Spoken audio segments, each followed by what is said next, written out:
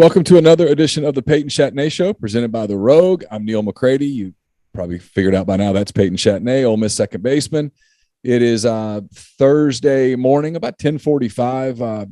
These Thursday through Saturday weekends, combined with midweek games, have made scheduling difficult, but Peyton was nice enough to give me a couple of choices. We could either do late last night, which would not have gone well, as after 2 nights of not sleeping last night, I crashed. And then this morning, even though it's a game day, we're getting this done for you guys. So we'll spend 15, 20 minutes or so and then let Peyton get on to a big weekend series with Mississippi State. First, I want to tell you we're brought to you by The Rogue, 4450 I-55 North in Jackson, or therogue.com. We've got a great collegiate collection for the Ole Miss fan in your life. Even if the fan in your life cheers for another team, they've got some of those products as well.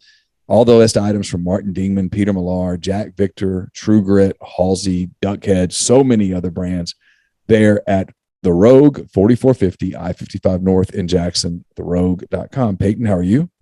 I'm doing well, man. I'm doing well. All right. There's a lot to get to. And a lot of it, frankly, is kind of somber. And I don't want to be that super somber show. So let's get into some of the stuff and then we'll have a little fun with it. Oh, first, I did send you a video yesterday. Yeah, we have talked about bat flips and such, and we don't get to see the bat flips. When I saw it, the first person I thought of was you. So it looked like a community college kind of game in Texas, and the pitcher had given up a go-ahead home run. It appeared to be a 2-run home run, and whoever the person was on base was able to go unimpeded to home plate and touch the plate. The same could not be said for the hitter. He was absolutely live. He never even touched home, I don't think. He finally did. He finally got there. But only after he was just it was a hell of a tackle. I mean, the pitcher obviously had played some defense in his days because he just nailed him.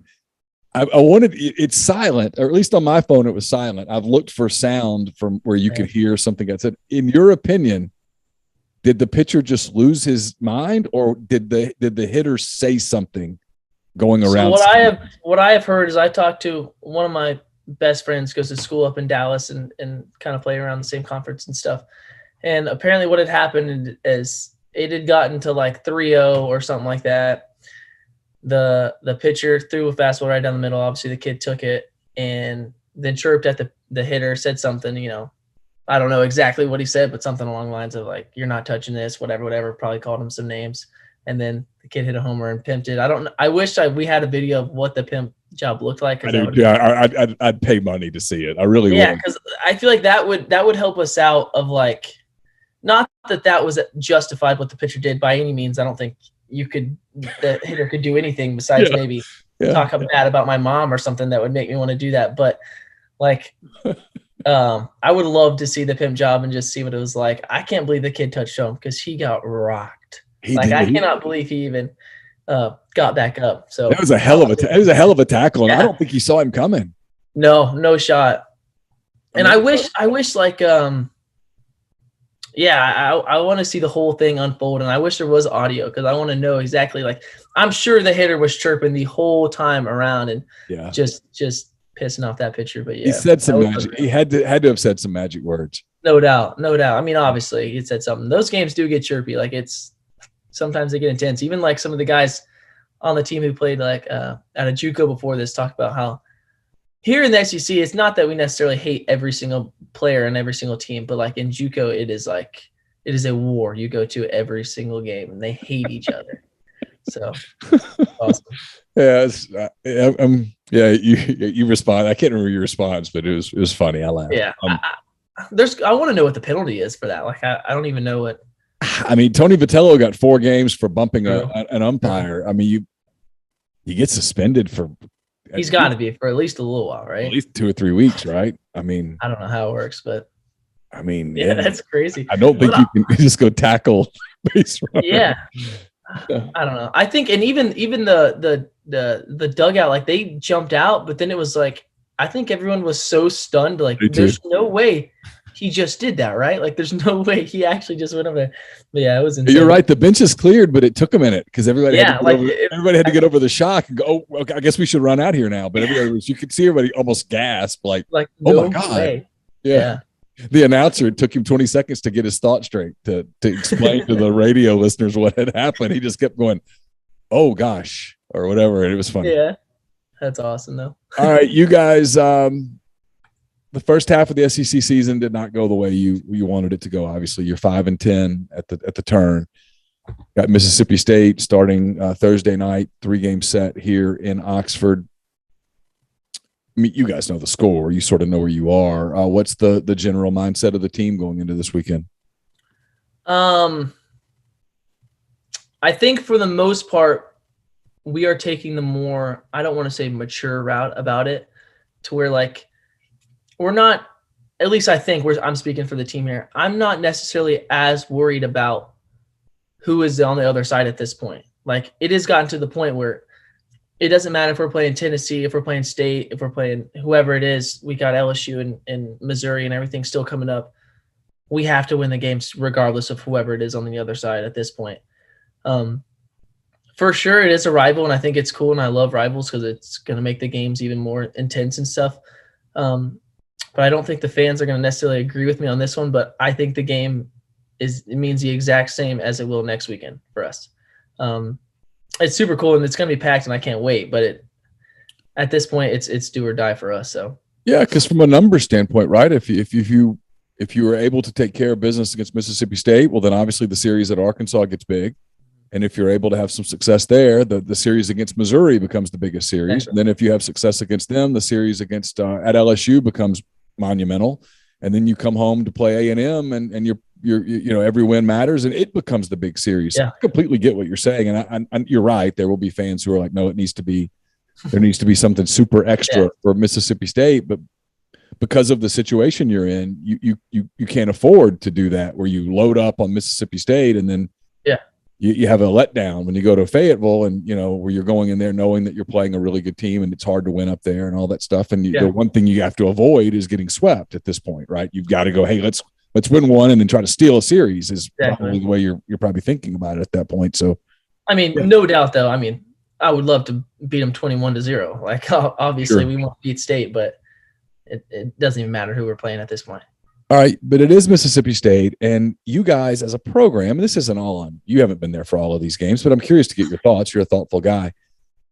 Ole Miss has been a really strong program all these years. Mississippi State has too. Obviously, they won the national championship a year ago, but you guys as a program are 3-16 in your last 19 games against Mississippi State. Is that a mental thing, or has that just been coincidental? Is it matchups?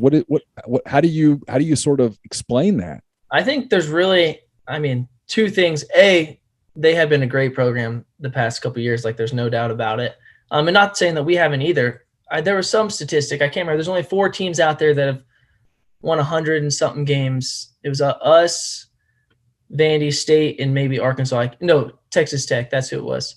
Where it's like, obviously they've been a great program. We know that they won the national championship last year. They're a great team, but also that is like, they've just been playing better than us whenever we play them. I don't think necessarily all those years that we've lost to them, they have been the actual better team. But for whatever reason, they have been able to turn it up a little bit, maybe whenever they're playing us. It is what it is. They've been playing better. And I don't know if there's really a good answer to why it is that way. But yeah, you don't think it's in your heads that you guys are like, oh God, we don't beat these guys very much. You don't think you're pressing extra against them or something? I don't think so, but my stance on it is obviously a little bit different because I didn't grow up a Mississippi State hater or anything like that. So maybe there are some guys out there who grew up around Oxford that just always hated State to where it might be that way. I don't think so. Like, even when we played them last year, the whole mindset was obviously kind of the same as this year. Like, this is a big weekend, but it doesn't matter who we're playing on that side on the other side of the lines. Like, I don't know. I don't have an answer as to why they've been better than us against each other recently, but I think there's a good chance we get them this weekend. And hopefully it'll kind of turn some things around for us. Okay, along those lines, you've gotten good at this, Peyton. You lead right into segues. You guys had a disappointing game, obviously against Southeast Missouri on, I think it was Tuesday night, where it just did not go your way at all. You guys got popped by them. There's no way around it. And after the game, I think Mike Bianco was pretty charged up and had some things to say. And then when he finished, people noticed that Ben Van Cleve sort of took the proverbial mic, if you will, and talked to you guys. I guess if you don't mind me asking, what did he say? What was the topic of his talk? And then how much, he's not an everyday guy. He's not, Jacob Gonzalez or Tim Elko or something. Did you get, did you appreciate him taking the reins in the way that he did on Tuesday night? Yeah, for sure. First, we had just gotten off of getting chewed out, which rightfully so. It was a terrible game. We played horrible. So everybody was already kind of pissed off and down and whatever. But then he pulled us all up right before we break it out and go take pictures or whatever we have to do. And just said, look, the first thing is, I'm going to have to paraphrase. I don't know exactly what he was saying, but first thing is, we are a good team that's not playing well. Like, it's not like we are an actual bad team and we have a bad track record and we've lost from the beginning of the year. Like, we were on this stretch of we're sucking. Like, obviously, for whatever reason, we're a good team not playing well. And then he brought up, there's a statistic out there. He said, if we can just go 9-6 in the next 15 SEC games that we have, it'll put us at 14-16, I believe. I think that's right. That's correct. Yeah. So, and there's never been an SEC team that has made the tournament going 14-16. So, that's kind of our goal. That's the bottom line of what we have to do. Like, that's the bare minimum. And it kind of just put us into perspective. Like, it's not over. As much as it seems like it's over, and as much as it seems like we're at rock bottom right now, like, we can still do this and we can turn this thing around. So it was cool to hear from him. And like you said, not necessarily an everyday guy, but still plays a big role in our team, just from being the character and the leader that he is. So it is really cool. And I think a lot of people would say Van Cleve has really, really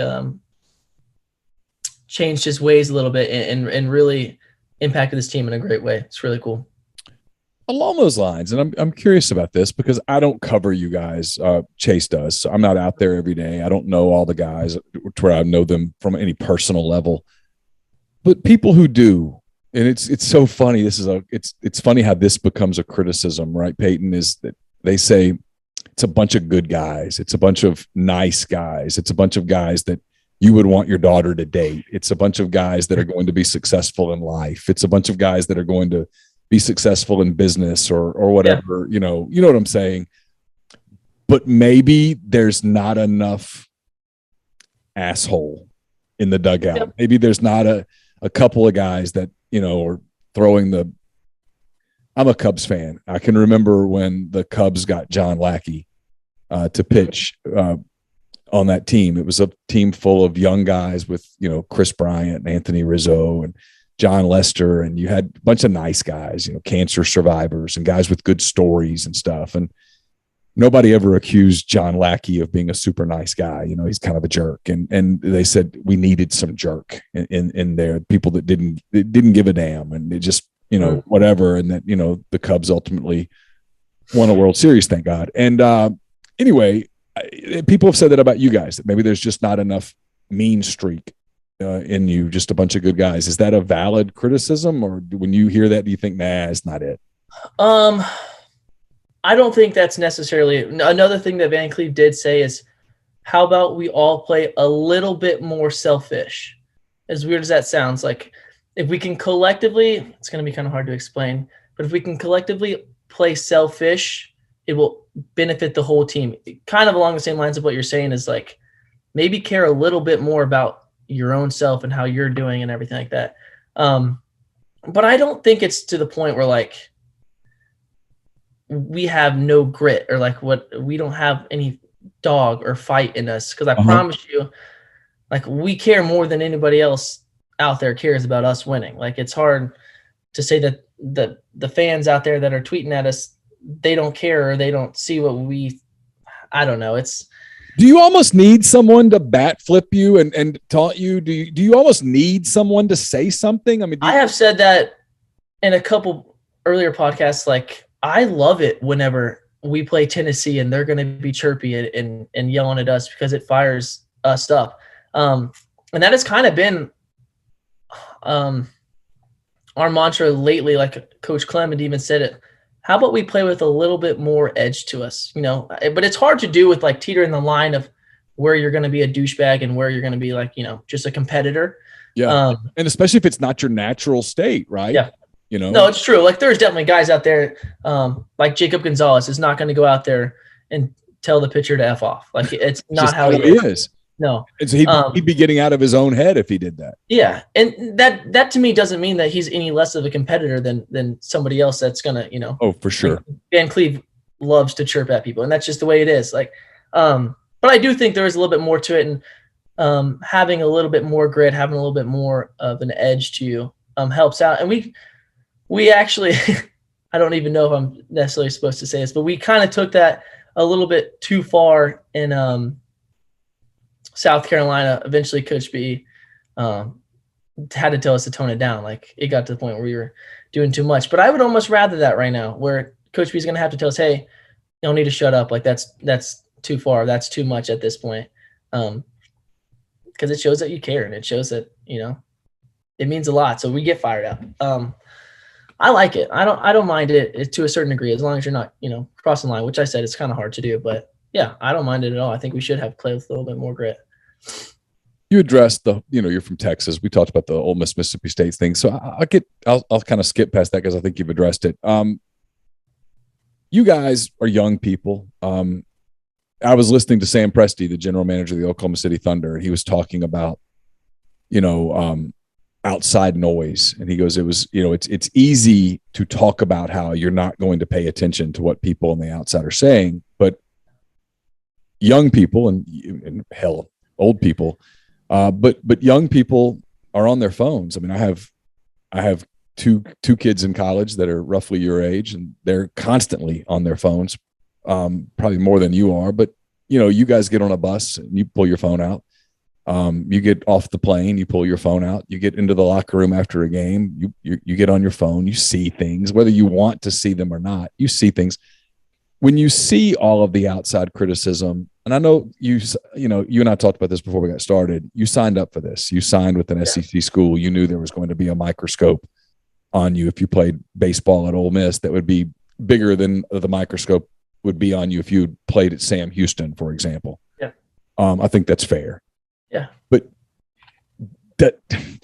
how much do you see it? How much do you hear it? How much does the criticism bother you? Obviously, you're not putting up the numbers this season that probably you would like to put up. It's not from a lack of effort. Yeah. Does it become something that gets in your head when you're trying to play?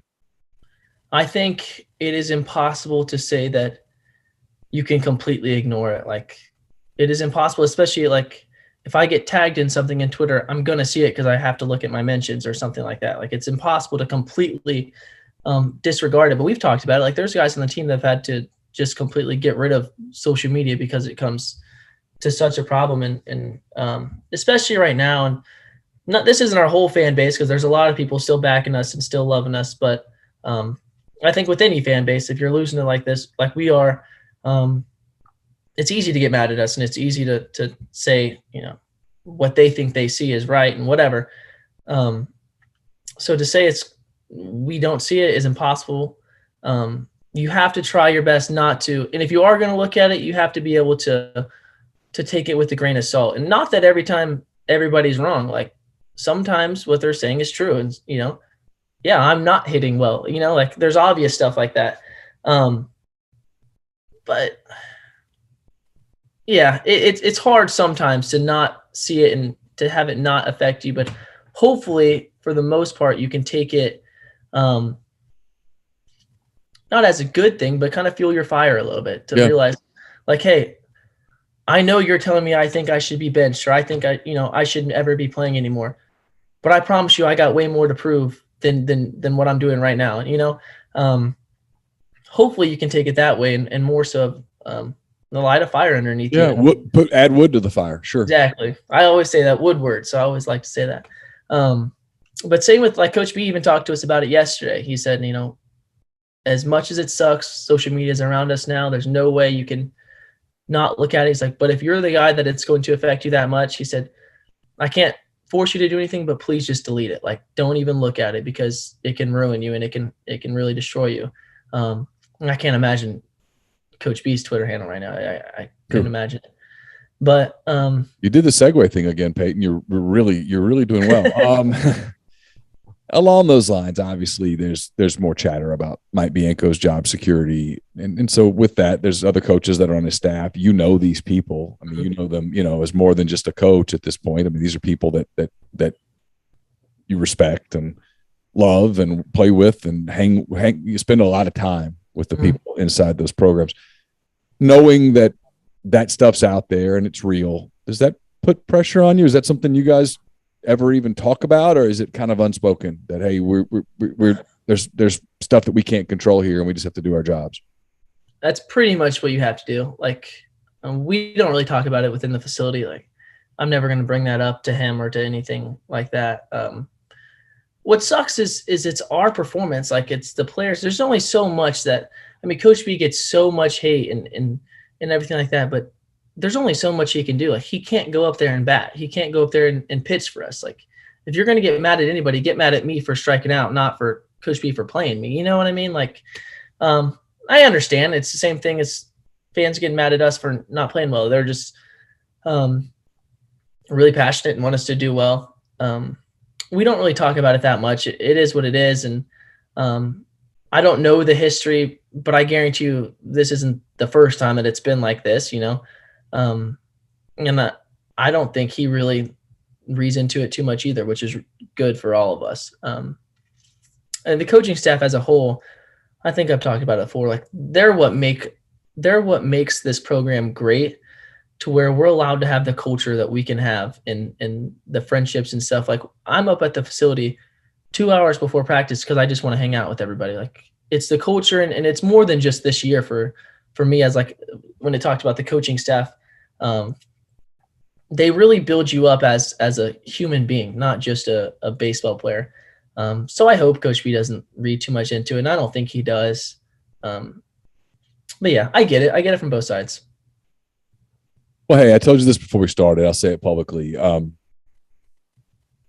I appreciate you doing the show, and I appreciate you taking these questions. And I look forward to the weekend when you've lit it up and we get to have a little fun with it, because yeah, right. Me too. I know you do. It's I've told people I don't want to come across as like being overprotective or whatnot, but you know, I think it's first class of you to talk about it and all that stuff here on a public forum. It would have been easy to be like, I don't want to do it this week, but you made time, and I appreciate it. And I hope the people that watch this and listen to it appreciate it as well.